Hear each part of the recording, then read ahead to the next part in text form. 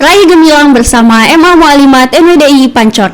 Assalamualaikum warahmatullahi wabarakatuh. Halo teman-teman, perkenalkan nama saya Adenin Ulima Zeta, asal kelas 11 IPS 1. Nah, di podcast kali ini, jujur saya sedikit nervous nih, tapi bahagia juga karena saya bisa memandu podcast dengan seorang Ketua Yayasan Pendidikan Hamzanwadi NWDI Pancor.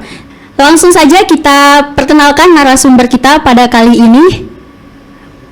Baik, Assalamualaikum warahmatullahi wabarakatuh. Saya Haji Muhammad Jamaluddin, Ketua Umum Pengurus Yayasan Pendidikan Hamzanwadi, Pondok Pesantren Darun Nahdlatain Nahdlatul Diniyah Islamiyah Pancor. Saya sejak tahun 2013 ditunjuk oleh pembina yayasan sebagai Ketua Umum Yayasan, dan sekarang masih menjabat sebagai Ketua Umum Yayasan Pendidikan Hamzanwadi. Oke, Pak, kalau tidak salah saya izin bertanya, Bapak pernah mengenyam pendidikan di luar negeri?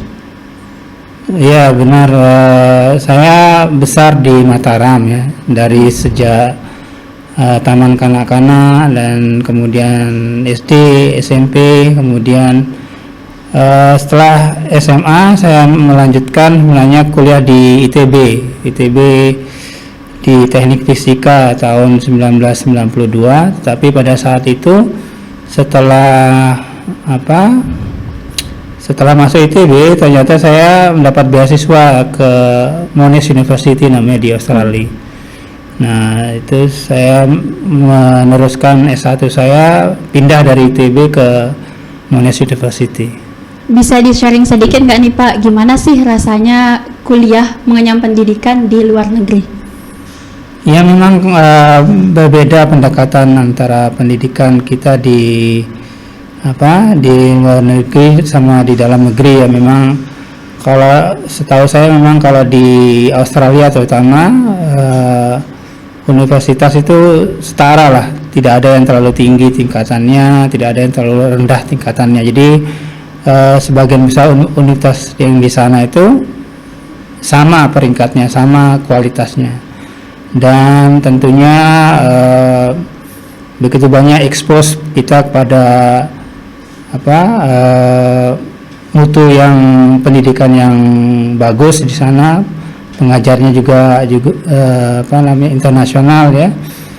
Jadi kita terutama yang biasa di mungkin di Asia ya, tidak terbiasa dengan kompetitif, mesti meningkatkan kualitas kita untuk bisa kompetitif ketika kita sekolah di luar negeri, terutama pada saat saya sekolah di Australia itu.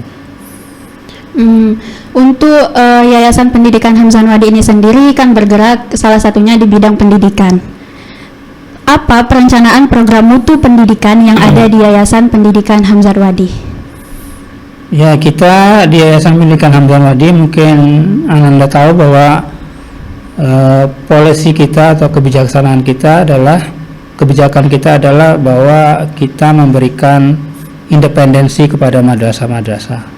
Artinya independen adalah kita memberikan mereka ruang yang cukup besar untuk mengelola secara internal, baik pelayanan kepada santri-santriwati, kemudian pengaturan tentang resource-nya ya, keuangan, kemudian pengangkatan guru, itu kita berikan independensi ya, kita berikan keleluasaan. Tetapi ada kebijakan-kebijakan umum dari yayasan yang mesti mereka atau sekolah-sekolah di bawah yayasan ini mesti jalankan, mesti patuhi, terutama tentunya dari standar mutu, mulai daripada penerimaan santri-santri baru, kemudian menjalankan kurikulum-kurikulum yang sudah ditetapkan oleh pemerintah, termasuk juga pengawasan dari yayasan melalui yang namanya majelis pendidikan.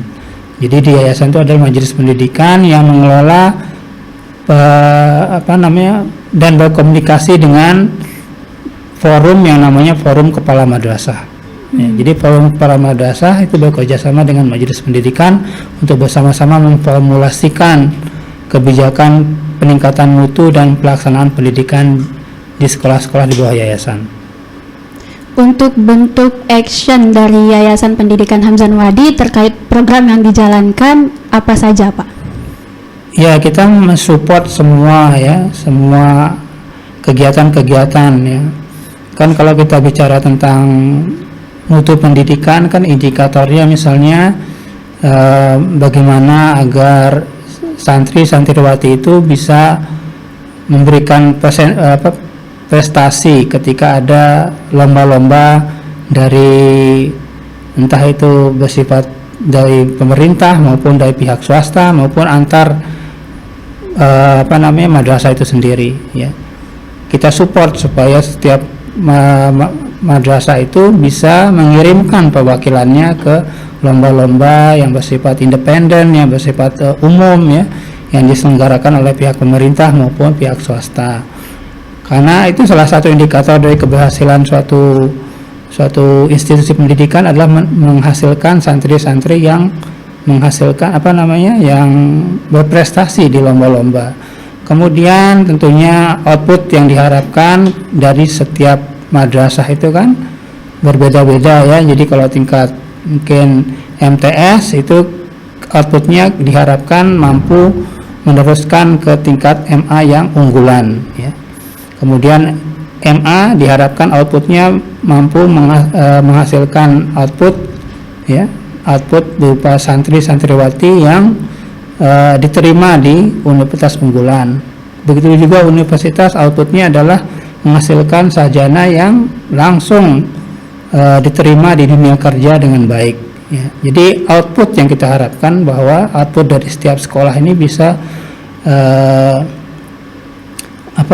berhasil dengan baik. Tentunya kita mengharapkan mutu daripada madrasah-madrasah ini bisa dikelola dengan pengawasan dari majelis pendidikan ya. Jadi majelis pendidikan selalu berkomunikasi dengan namanya forum kepala madrasah untuk bersama-sama kita memformulasikan bagaimana tindakan-tindakan ataupun langkah-langkah kita selama 1 tahun ajaran maupun lebih daripada itu untuk jangka panjang. Selain kita melihat dari mutu pendidikan, Pak, kita juga harus melihat dari mutu akidah atau moral. Iya. Tidak bisa dipungkiri bahwa generasi sekarang ini sudah berbeda dalam segi pergaulan. Misalnya ada trendingnya kasus-kasus kekerasan seperti bullying, pernikahan dini, dan lain sebagainya. Iya. Ada nggak sih action dari yayasan mengenai hal tersebut? Ya, untuk hal-hal yang disebutkan tadi memang itu menjadi concern dari semua stakeholder pendidikan di Indonesia ya, bukan hanya di Indonesia tapi di dunia, bahwa hal-hal seperti bullying, kemudian penyimpangan-penyimpangan yang bersifat eksternal yang masuk ke dunia pendidikan itu menjadi concern semua kita ya di dunia pendidikan. Dan khusus untuk bullying itu kan sudah jelas petunjuk ataupun pedoman dari pembina yayasan Bapak Tuan Guru Bajang agar jangan sampai bahwa di sekolah di bawah yayasan ini ada tindakan-tindakan fisik ya, hukuman berupa tindakan fisik baik dari guru kepada santri-santriwati maupun dari santri-santriwati senior kepada santri-santriwati junior ya. Karena memang bullying ini berefek bukan hanya ketika santri belajar dalam lingkup sekolah, tetapi juga mungkin berpengaruh pada kehidupan santri di masa depan ketika dia melanjutkan, ketika dia berada di masyarakat, itu selalu berefek secara psikologis kepada diri para santri-santriwati. Maka kami menerapkan aturan yang jelas bahwa bullying segala macam itu mempunyai efek yang bisa bersifat hukuman kepada pelakunya ya, bahwa tidak ada toleransi untuk hal-hal yang seperti itu, maupun juga ketika penggunaan bersifat atau penggunaan narkoba ataupun hal-hal yang bersifat negatif di dalam lingkungan Yayasan Pendidikan Hamzah Wadi. Selain dari penerapan aturan tegas ini, Pak, apakah yayasan mempunyai kerjasama dengan pihak luar dalam penanganan kasus ini? Ya, kami selalu bekerjasama, misalnya untuk narkoba, kami bekerja sama dengan BNN ya, melakukan sosialisasi kepada sekolah-sekolah ya, ada kerjasama tertulis maupun dalam bentuk kerjasama seminar dan sebagainya. Kemudian untuk hal-hal yang bersifat bullying segala macam itu kan kami selalu bekerja sama dengan pihak sosial dan kemudian Kemendikbud ya, bagaimana agar setiap sekolah itu menerapkan aturan bagaimana supaya mencegah terjadinya bullying di sekolah masing-masing. Ya, ada kerjasama selalu dengan pihak terkait baik pemerintah maupun swasta. Oke, mumpung kita lagi mempunyai kesempatan untuk ngobrol nih Pak, saya penasaran dengan sudut pandang Bapak mengenai seorang pemimpin yang baik. Seorang pemimpin yang baik menurut Bapak itu seperti apa? Pemimpin yang baik tentunya, kalau kita bicara tentang pemimpin, tentunya dia sebagai bukan saja sebagai eksekutor ya, tetapi juga memberikan inspirasi kepada pengikut-pengikutnya ataupun orang-orang yang mengikuti dia ya. Jadi dia menjadi inspirator bahwa ketika ada suatu hal yang baik dilakukan, maka itu memberikan inspirasi bagi orang lain. Jadi bagi saya pemimpin yang baik adalah bukan hanya sebagai orang-orang yang bisa memerintahkan untuk melakukan suatu kegiatan, suatu policy, kebijaksanaan ya, kebijakan, tapi juga memberikan contoh bagaimana agar policy itu bisa dilakukan dengan baik, dengan benar. Terakhir nih Pak, apa pesan Bapak terhadap generasi muda, termasuk generasi NBDI, generasi perempuan? Ya, NBDI adalah suatu madrasah yang secara lingkup bukan hanya di NTB tetapi juga di Indonesia adalah madrasah pertama yang khusus untuk mendidik kaum wanita ya. Ini diakui sendiri oleh pemerintah ya. Mungkin Anda tahu pada Hultah NWDI ke 85 kalau tidak salah, ketika kita secara online itu mengundang Bapak Mahfud MD ya, Bapak Menteri koordinator ya, beliau mengatakan bahwa Madrasah Nahdlatul Banat Diniyah Islamiyah itu madrasah pertama di Indonesia yang khusus untuk mendidik kaum perempuan. Jadi ada secara historis adalah memiliki makna yang cukup kuat ya, cukup mendalam, bahwa madrasah NBDI Nahdlatul Banat Diniyah Islamiyah perlu menghasilkan santri-santri unggulan yang outputnya itu bukan hanya bermanfaat bagi dirinya, keluarganya, tetapi juga bangsa Indonesia sebagai suatu lembaga yang secara historis adalah lembaga yang tertua untuk mendidik kaum wanita. Jadi MTS Mualimat maupun MA Mualimat sebagai bentuk lanjutan daripada madrasah Nahdlatul Banat Diniyah Islamiyah ini perlu tentunya meningkatkan kualitasnya ya, menjaga kualitasnya, meningkatkan terus kualitasnya, karena yang namanya kualitas pendidikan ini adalah suatu proses, bukan hanya berjalan kemudian berhenti di situ, tapi satu proses panjang.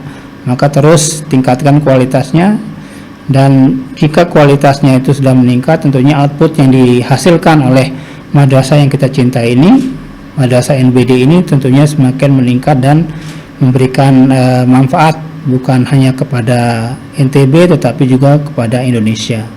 Jadi santri dan santriwati ya, santriwati NBDI ya, kita harapkan tentunya terus meningkatkan potensinya ya. Artinya di madrasah ini kalian dididik ya, dibina dengan guru-guru kalian yang insya Allah guru kalian adalah orang-orang yang kompeten ya. Saya harapkan terus memberikan hal yang terbaik ya, bukan hanya untuk dirinya tetapi juga untuk masyarakatnya di sekitarnya maupun juga masyarakat Indonesia dan dunia tentunya ya. Oke, itu dia podcast kita pada kali ini. Kami ucapkan terima kasih banyak kepada Bapak Kepala Yayasan. Semoga ada next time lagi nih kita berbincang dengan beliau.